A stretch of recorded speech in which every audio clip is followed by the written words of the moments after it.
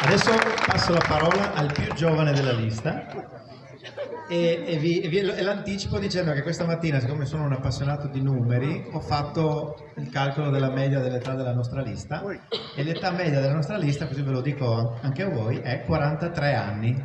Non è una bella età. Leonardo Tellini. Buonasera a tutti, grazie.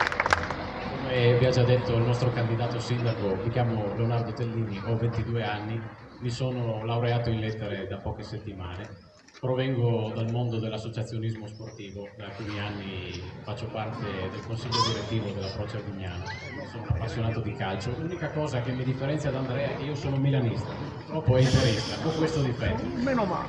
Domenica saremo avversari, sabato, quando è che ci sarà la sfida. Ho scelto di candidarmi perché ritengo Andrea una persona capace, che ha tanta passione per la nostra città e ci mette sempre la faccia nelle cose che fa, e non ho potuto dire di no quando mi ha chiesto di dargli una mano. Questa lista, come vi è già stato ampiamente spiegato, è profondamente rinnovata. Ci sono molte persone che alla prima esperienza, come il sottoscritto, la prima esperienza in politica, nel mondo dell'amministrazione, e in cui ci sono molti giovani, affiancati da persone che hanno molta esperienza e che potranno guidarle in questa avventura che speriamo tutti noi di avere.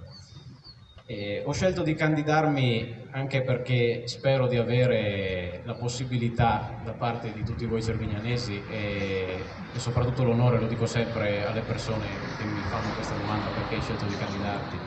L'onore di poter entrare a far parte delle nostre istituzioni cittadine e di poter portare il mio contributo al fianco di questa bellissima squadra di cui sono orgoglioso di fare parte. Grazie a tutti.